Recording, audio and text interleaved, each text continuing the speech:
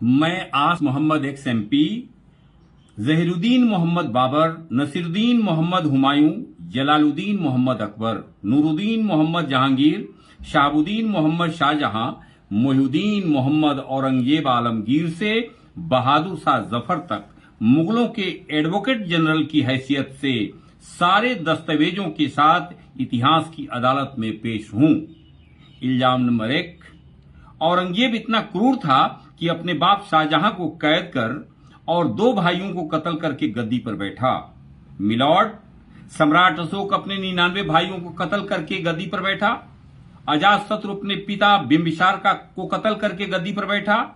राणा उदय सिंह प्रथम उर्फ राय उदा 1468 में अपने पिता राणा कुंभा को हत्या करके मेवाड़ की गद्दी पर बैठा। बनवीर ने 1536 में विक्रमादित्य को कत्ल करके चित्तौड़ पर अधिकार कर लिया। पृथ्वीराज चौहान ने अपने चाचा अरुणराज का सर काट के किले के फाटक पे टांग दिया। महाराणा प्रताप भी अपने पिता के खिलाफ जाकर अपने भाई को देश निकाला देकर गद्दी पर बैठे। इल्जाम नंबर 2, मुगल विदेशी आक्रमणकारी हैं, तो ब्राह्मण राजपूत भी विदेशी आक्रमणकारी आर्य, शक, कुषाण और हूणों के वंशज हैं। महाराणा प्रताप भी ईरान के सिथियन ट्राइबल्स के थे, प्रसिद्ध मैगजीन इंडिया टुडे ने छापा है। इल्जाम नंबर 3, मुगल बादशाह अय्याशी के लिए ज्यादा शादियां करते थे। अकबर की 9 बीवियां थी, औरंगजेब आलमगीर की 4 बीवियां थी और महाराणा प्रताप की 11 बीवियां थी। पृथ्वीराज चौहान की 14 बीवियां, राजा उदय सिंह को 20 बीवियां, राणा अमर सिंह को 26 रानियां, शिवाजी महाराज की 7 बीवियां, महाराज अजीत सिंह की 500 बीवियां और सवाई राजा जय सिंह की 1400 बीवियां थी। Yes milord.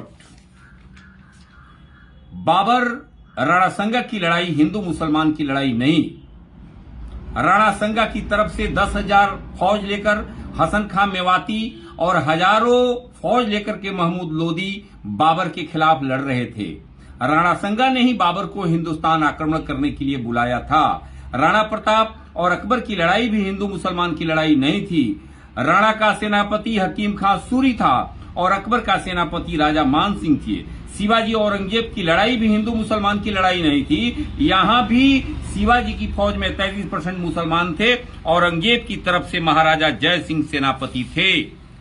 महाराणा प्रताप हिंदुओं के लिए और संपूर्ण हिंदुस्तान के लिए नहीं लड़ रहे थे, बल्कि अपने मेवाड़ का राज 40 कोस लंबा और 33 कोस चौड़ा यानी 11,880 स्क्वायर किलोमीटर भूमि के लिए लड़ रहे थे, जबकि अकबर हिंदुस्तान में एक बड़ा साम्राज्य के लिए लड़ रहा था।